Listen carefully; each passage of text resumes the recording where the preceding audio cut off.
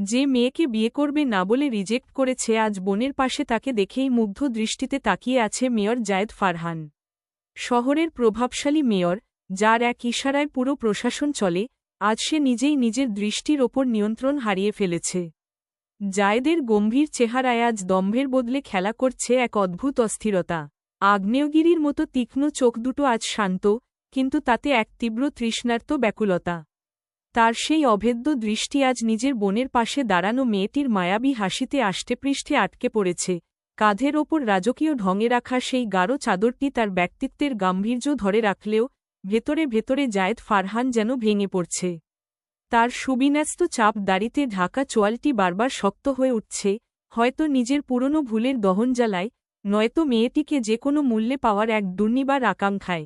নিজের অগোচরেই বুকের ভেতর এক প্রবল কম্পন অনুভব করল সে। পাশে দাঁড়িয়ে থাকা বোন মাহির দিকে ফিরে চাপা স্বরে জিজ্ঞেস করল, তুই কি শিওর মাহি, এটাই সেই মেয়ে যার সাথে বাবা আমার বিয়ে ঠিক করেছিল? মাহি ভ্রু কুঁচকে ভাইয়ের অস্থিরতা পরখ করল। তারপর বেশ জোর দিয়ে মাথা নেড়ে বলল, হ্যাঁ ভাইয়া, এই তো সেই আরিয়া। শয়তান কোথাকার, তুই আগে কেন আমাকে মেয়ের ছবি দেখাসনি? কেন জোর করলি না একবারও? মাহি ব্যথায় উহ করে উঠে কোনোমতে নিজেকে ছাড়িয়ে নিল। কয়েক পা পিছিয়ে গিয়ে অভিযোগের সুরে বলল, আরে ভাই, নিজের দোষ অন্যের ঘাড়ে চাপাচ্ছিস কেন? সেদিন যখন বাবা ছবিটা নিয়ে তোর রুমে গেল, তুই তো সিংহ গর্জন দিয়ে বলেছিলি, আমি এখন বিয়ে করব না মাহি।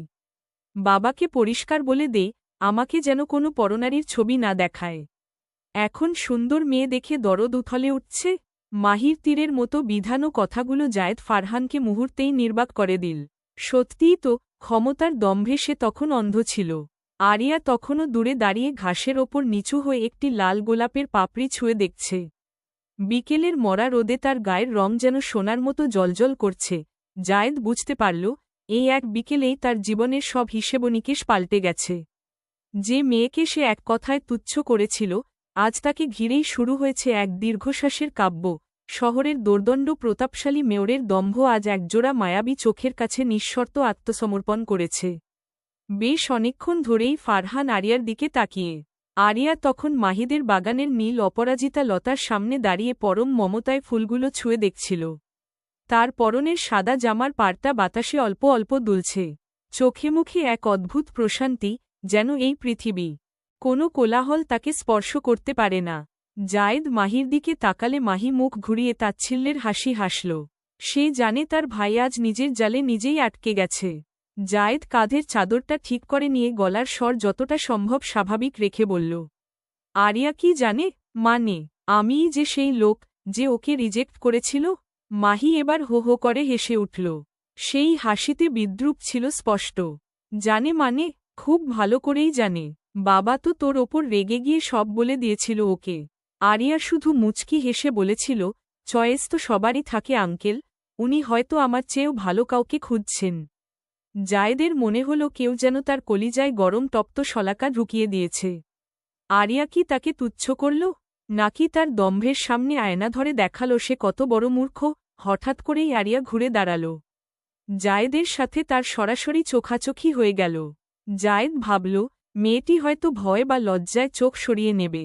কিন্তু না, আরিয়া শান্ত ধীর পায়ে এগিয়ে এল তাদের দিকে। প্রতিটি কদমে যেন ফুটে উঠছে এক অনন্য ব্যক্তিত্ব। মেয়রের সামনে এসে সে মৃদু হাসল, যে হাসিতে না আছে কোনো অভিযোগ, না আছে কোনো মুগ্ধতা। কেমন আছেন মেয়র সাহেব?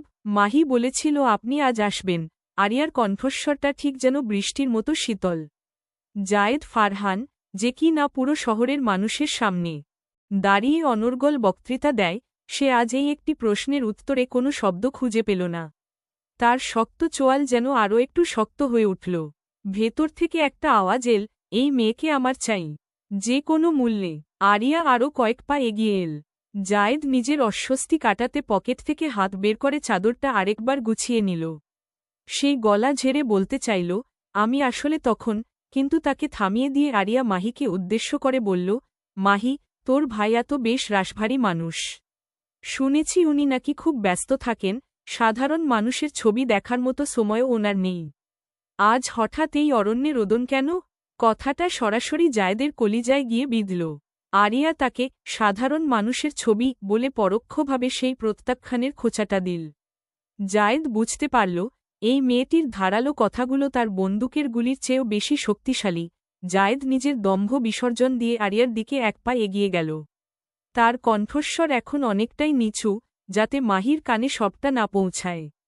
ভুল মানুষেরই হয় আরিয়া। আমি হয়তো সেদিন ভুল দরজায় কড়া নেড়েছিলাম, কিন্তু আজ বুঝতে পারছি সেই দরজাটা আসলে হীরা দিয়ে বাঁধানো ছিল। আরিয়া এবার এক চিলতে বাঁকা হাসল। তার সেই হাসিতে বিদ্রূপের ছোঁয়া। হীরা চেনার জন্য জহুরি হতে হয় মেয়র সাহেব, কেবল ক্ষমতা থাকলেই হয় না। যাই হোক, আপনাদের ভাই বোনের আড্ডায় আমি আর ডিস্টার্ব না করি। মাহি, আমি ভেতরে যাচ্ছি। আরিয়া চলে যাওয়ার পর জায়েদ পাথরের মতো দাঁড়িয়ে রইল। তখনই মাহি পাশ থেকে ফিসফিস করে বলল, ভাইয়া, মাছ তো বড়ই শক্ত। বড়শি ফেললেই যে ধরা দেবে এমনটা মনে হচ্ছে না। কিন্তু জায়েদ এবার মাহির দিকে ফিরে তাকাল। তার চোখে তখন এক নতুন সংকল্প। সে দাঁতে দাঁত চেপে বলল, জায়েদ ফারহান যখন কোনো কিছুর ওপর হাত রাখে সেটা তার হবেই, তা সেটা এই শহর হোক কিংবা আরিয়া। ও যদি আগ্নেয়গিরি হয় তবে আমি হিমবাহ হয়ে ওকে শান্ত করব। এই গণ্ডগোল আমি শুরু করেছি ঠিকই, কিন্তু শেষটা হবে আমার মনের মতোই। ড্রয়িং রুমের সোফায় বসে জায়েদ বারবার নিজের হাতের ঘড়িটার দিকে তাকাচ্ছে। আধা ঘণ্টা পার হয়ে গেছে, আরিয়া ভেতরে গেছে আর আসেনি। মাহি ঘরের এক কোণে বসে ভাইয়ের এই ছটফটানি খুব সূক্ষ্মভাবে পর্যবেক্ষণ করছে। সে আড়ালে মুখ টিপে হাসছে। জায়েদ নিজের মেয়রের গাম্ভীর্য ধরে রাখার প্রাণপণ চেষ্টা করলেও কার্পেটের ওপর তার পায়ের অস্থির টোকা দেওয়াটা কিছুতেই থামাতে পারছিল না। মাহি নিস্তব্ধতা ভেঙে রহস্যময়ী হেসে বলল, চা আসছে ভাইয়া, একটু ধৈর্য ধর। আরিয়া নিজ হাতে চা বানাচ্ছে তোর জন্য। আরিয়া নামটা কানে যেতেই জায়েদ খানিকটা সোজা হয়ে বসল। মনের ভেতরে এক নাম না জানা আনন্দের হিল্লোল বয়ে গেলেও মুখে সে ভাবলেশহীনতা ফুটিয়ে তুলল। ভ্রু কুচকে প্রশ্ন করল, ও চা বানাচ্ছে? তুই কেন ওকে পাঠালি? বাড়িতে কি লোকজনের অভাব পড়েছে? মাহি সোফায় আরাম করে হেলান দিয়ে বলল, আরিয়া আমাদের মেহমান হতে পারে, কিন্তু ও খুব ঘরোয়া মেয়ে। ও নিজে থেকেই বলল যে মেয়রের জন্য আজ স্পেশাল এলাচি চা বানাবে। ঠিক সেই মুহূর্তে ট্রে হাতে ড্রয়িং রুমে আরিয়া প্রবেশ করল। আরিয়া ট্রেটাটি টেবিলের ওপর রাখল। জায়েদ তীক্ষ্ণ নজরে খেয়াল করল মেয়েটি তার দিকে একবারও তাকাচ্ছে না। অত্যন্ত নিখুঁতভাবে সে কাপে চা ঢালছে। জায়েদ আর থাকতে না পেরে গলার স্বর কিছুটা গম্ভীর করে বলল, শুনলাম আপনি নাকি আমার জন্য স্পেশাল চা বানাচ্ছেন। আরিয়া কাপটা জায়েদের দিকে এগিয়ে দিল। তার শান্ত চোখের পাতায় কোনো কম্পন নেই। শীতল স্বরে জবাব দিল, বিশেষ মানুষের জন্য বিশেষ কিছু করতে হয় মেয়র সাহেব। আপনি তো আর সাধারণ কেউ নন। আপনার সময় যেমন দামি, আপনার রুচিও নিশ্চয়ই অনেক আকাশচুম্বী। জায়েদ বুঝল এই সৌজন্যের মোড়কে আরিয়া আসলে তার পুরনো প্রত্যাখ্যানের বিষ দাঁতটিই ফুটিয়ে তুলছে। জায়েদ চায়ের কাপে প্রথম চুমুক দিয়েই থমকে গেল। চায়ের স্বাদ জঘন্য রকমের তিতাকুটে। অতিরিক্ত চা পাতা আর আদার উৎকট স্বাদে চাটা পানের অযোগ্য। মাহি পাশ থেকে উৎসুক হয়ে জিজ্ঞেস করল, কেমন হয়েছে ভাইয়া? জায়েদ আরিয়ার চোখের দিকে তাকাল। সেখানে এক লহমার জন্য এক বিজয়ী তৃপ্তি খেলে যেতে দেখল সে। জায়েদ মুহূর্তেই নিজেকে সামলে নিল। মেয়রের সম্মান বড় কথা নয়, এই মুহূর্তে আরিয়াকে জিততে দেওয়া যাবে না। সে সেই বিষাদ চাটা গিলে নিয়ে প্রশান্তির হাসি হেসে বলল, চমৎকার, ঠিক যেমনটা আমি পছন্দ করি। আরিয়া থমকাল। তার সাজানো ছক এভাবে ভেস্তে যাবে সে ভাবেনি। সে ইচ্ছা করেই চাটা নষ্ট করেছিল যাতে জায়েদ বিরক্ত হয়। কিন্তু এই লোক তো দেখছি তার চেয়েও বড় তুখোর অভিনেতা। মাহি পরিবেশটা হালকা করতে উঠে দাঁড়িয়ে বলল, আরিয়া, তুই বসো, আমি একটু ওপর থেকে আসছি। মাহি চলে যেতেই ঘরে এক থমথমে নিস্তব্ধতা নেমে এল। জায়েদ কাপটা টেবিলের ওপর রাখল। তিক্ত স্বাদটা জিহ্বায় লেগে থাকলেও সে আয়েশ করে সোফায় পিঠ ঠেকিয়ে বসল। আরিয়া উল্টো দিকের সোফায় গিয়ে বসল, তার দৃষ্টি জানালার ওপারে সন্ধ্যার ধূসরতার দিকে। জায়েদ মুগ্ধ চোখে তাকে দেখছিল। স্তব্ধতা ভেঙে জায়েদ বলল, মাহি বলছিল আপনি নাকি খুব ভালো ছবি আঁকেন। আরিয়া জানালার দিক থেকে চোখ ফিরিয়ে জায়েদের দিকে স্থির দৃষ্টিতে তাকাল। সে বুঝতে পারছে এই মেয়র এখন তার সাথে আলাপ জমানোর চেষ্টা করছে। কিন্তু আরিয়া সেই সুযোগ দিতে নারাজ। সেই উঠে দাঁড়িয়ে বলল, অনেক দেরি হয়ে গেছে, মা টেনশন করবে, আমি এখন যাই। জায়েদও তড়িৎগতিতে উঠে দাঁড়াল। আর একটু বসুন। মানে, মাহি এসে খুঁজবে তো, তাই বললাম। মাহিকে না হয় আপনিই বলে দেবেন যে আমি চলে গেছি। আরিয়া দ্রুত পায় দরজার দিকে হাঁটা দিল। জায়েদ তার পিছু পিছু গেল। মরিয়া হয়ে বলল, আমি কি আপনাকে ড্রপ করে দেব? আরিয়া থমকে দাঁড়িয়ে ঘাড় ঘুরিয়ে তাকাল। কপালে 3টি ভাঁজ ফেলে বলল, আসার সময় কি আপনি আমাকে নিয়ে এসেছিলেন? না। জায়েদ থতমত খেয়ে গেল। তো?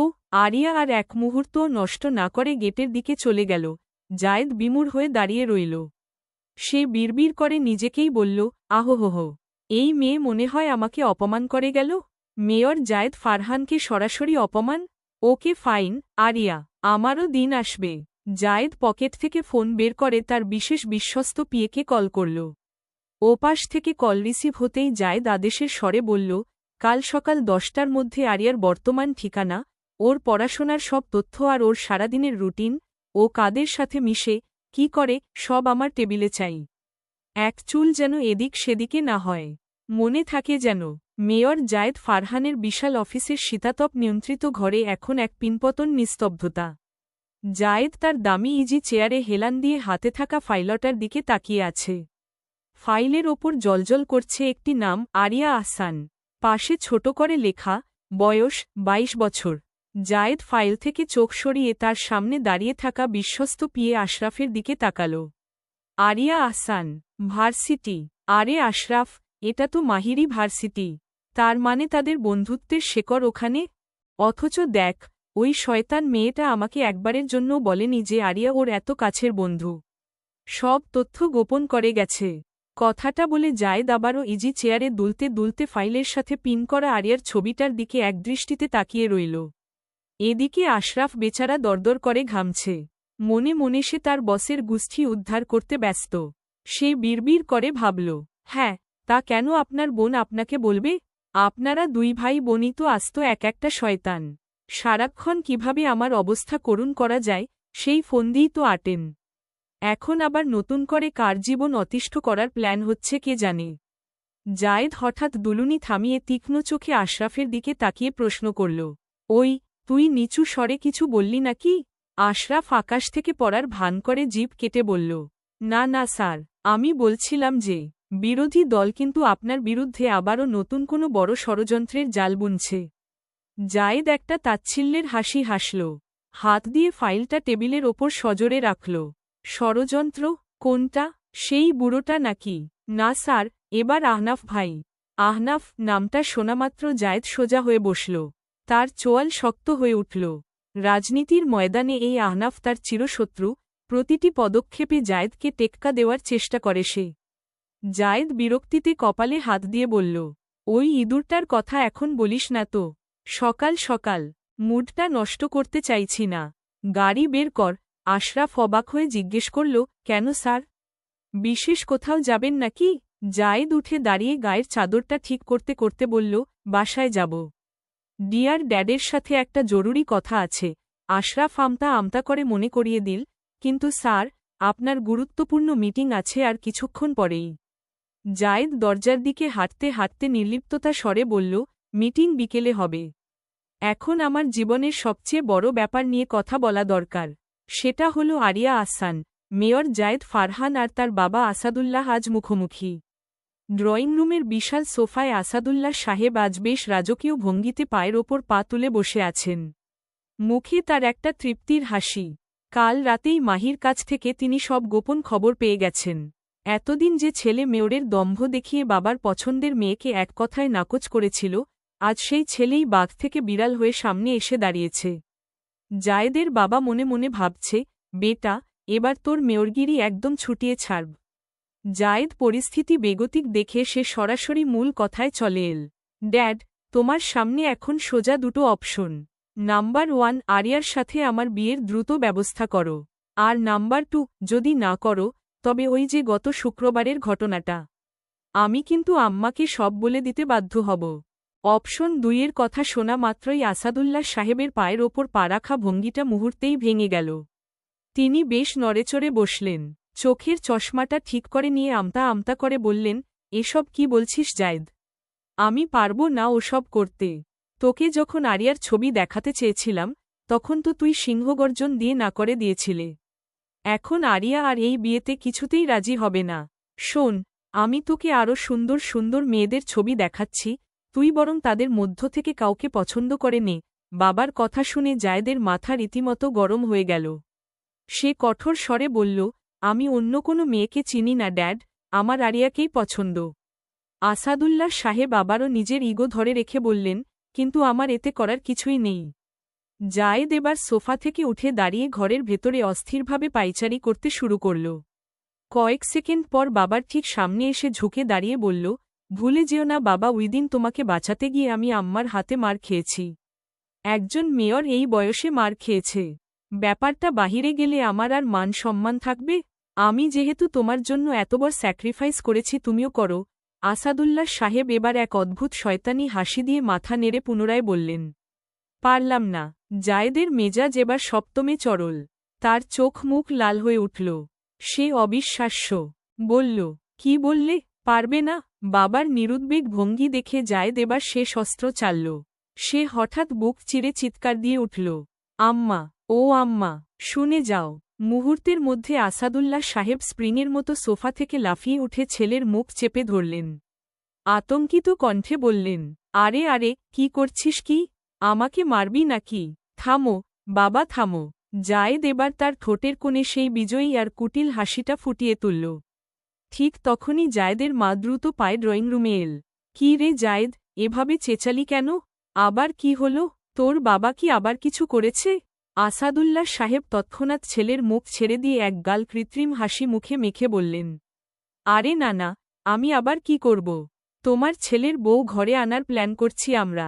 কাল তৈরি থেকো, আমরা সবাই মিলে আরিয়াদের বাসায় যাব প্রস্তাব নিয়ে।